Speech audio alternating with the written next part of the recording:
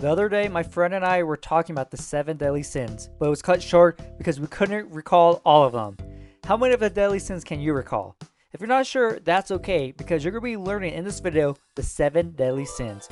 We're going to be using the 3 keys to memory: imagination, location, and concentration. We're going to be changing the information into images and creating a story out of them, placing the story into a location, and of course, we're going to be concentrating and really want to see the story come alive.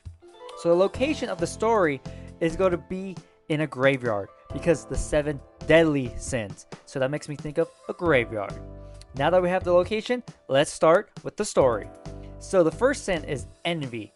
For that, the image we're going to use is a penny. So maybe this penny sees an owl in the tree and starts to yell at it, starts to be mean to it, and saying, "Hey, you wish you could stay up during the day and see the world?" And so the penny's being really mean. The second deadly sin is gluttony. Now, when you say it, you can kind of get putt B. So the image we're going to use is a bee putting with a golf club. So maybe the owl screams for help, then the bee hears it, and the bee comes in with its golf club and puts the penny away, and the penny just rolls and rolls and rolls until it disappears. Now, the next sin is greed.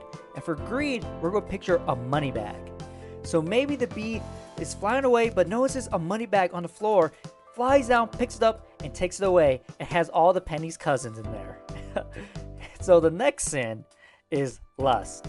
Now for lust, kind of sounds like crust. So maybe we'll picture a pie crust. So we have this pie, but maybe the bag starts to shake and move, and all of a sudden a pie bursts out of the money bag and falls to the ground. Now the next sin is pride. Pride, the image we're going to use is bride because it rhymes with it, right? Pride, bride.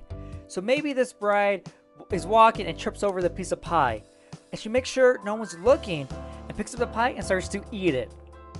Now the next sin is sloth. So of course the image we're going to use is a sloth. So maybe the sloth sees the bride eating the pie. He's like, "Hey, I want some of the pie too. Give me it. I'll fight you for it." And so the bride puts the pie down and she's ready to fight the sloth.